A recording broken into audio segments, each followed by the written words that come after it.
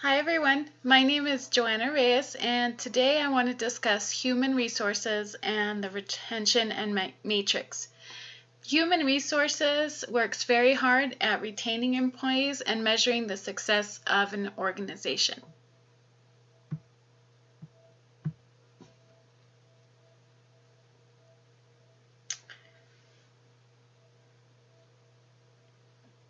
Human resources has a heavy workload and has to consider the overall balance of both the employees and the company. So, what is the main focus of human resources? The main focus of human resources is looking at the cost of turnover, the career path, metrics such as measuring their success, looking at methods for retaining the employees, cost to replace, such as hiring new employees, identifying at-risk employees, and they also look at the areas of improvement. The turnover rates are dependent on the salary. Human resources must consider whether there is also an opportunity for career path for individuals.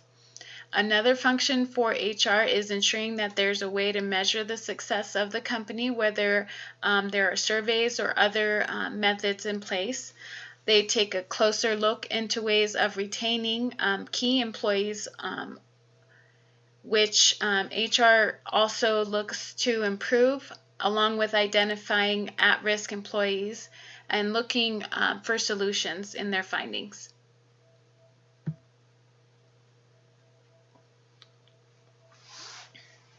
So looking at the costs for turnovers,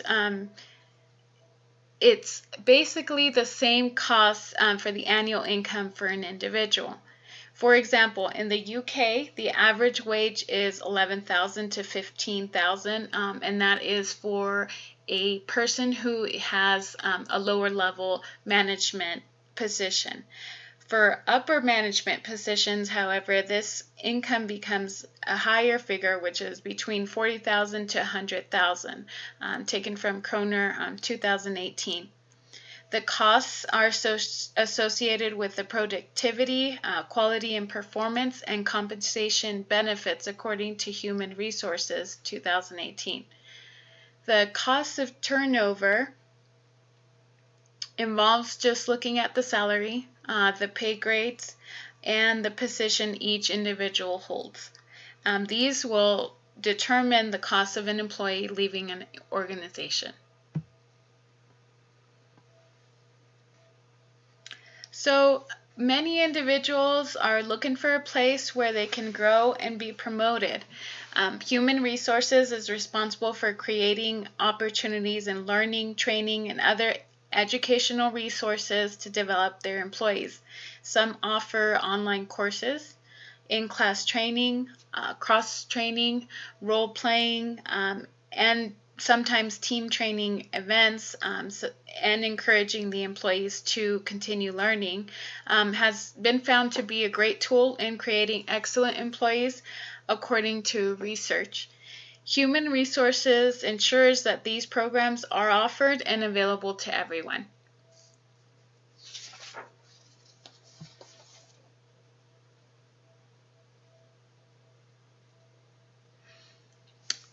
Metrics. Are the individuals satisfied with their current workplace? So to measure these things, sometimes HR will go ahead and take a survey. These surveys are to determine the information needed to improve not customer satisfaction, but employee satisfaction, who are not happy with the workplace. This helps HR gain the knowledge of how the company is actually doing. With this information, there are different questions and answers to develop the needs of both parties, both the employer and the employee. Based on the results, certain problematic areas will enable HR to work with management and collaboratively get the team building a better business and keep the employees from going somewhere else.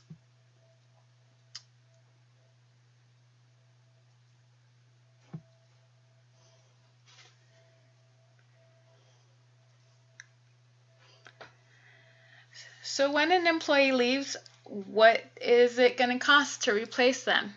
Okay, this is what HR is there for.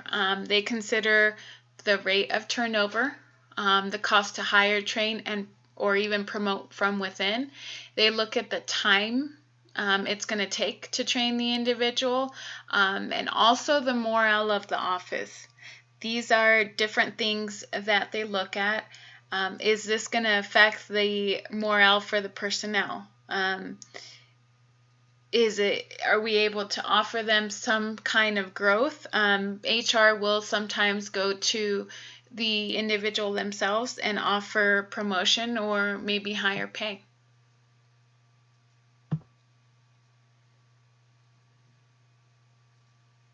So who is an at-risk employee?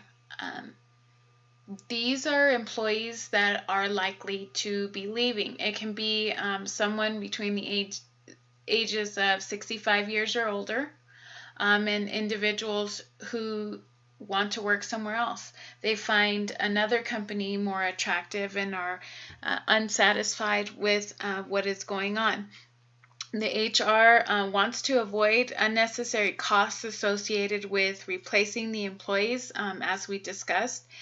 And the employees may be gone soon or sometimes are paid based on seniority pay, which is higher pay for being at the company longer. Their salaries are to be analyzed and considered before putting a job position announcement.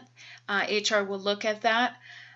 The other at-risk employee that we want to identify as an HR representative, if you are HR representative, it's to look at individuals who seem unsatisfied with their workplace or have even verbalized their not feeling valued, appreciated, or just simply want to look for external positions. So as we previously discussed, HR has the option to offer and work with management, of course, higher pay and give them opportunities for growth.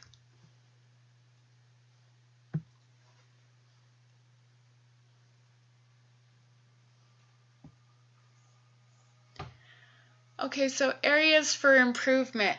This human resources is going to research what the average pay for hiring employees is compared to what other costs are, and they want to stay competitive. They want to look at, are we doing our job as a company to cover what the average base pay for the industry that we're in is.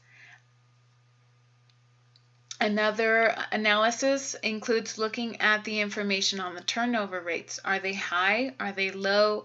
If the turnover rates or the other elements are extremely different, HR can look for ways of improving these problematic areas.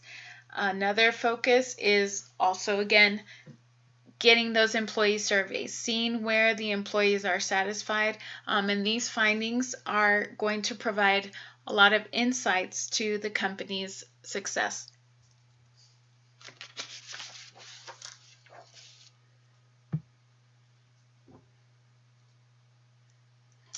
So what did we learn about HR today?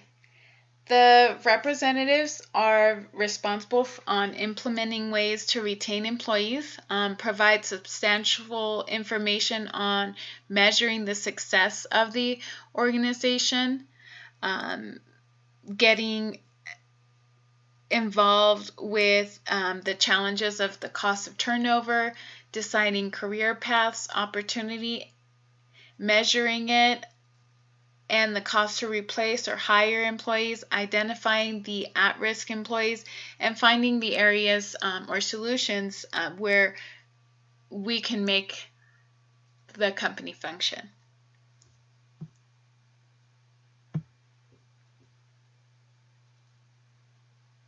Thank you for joining me in my presentation. These are the references and information on the different research materials used during the presentation.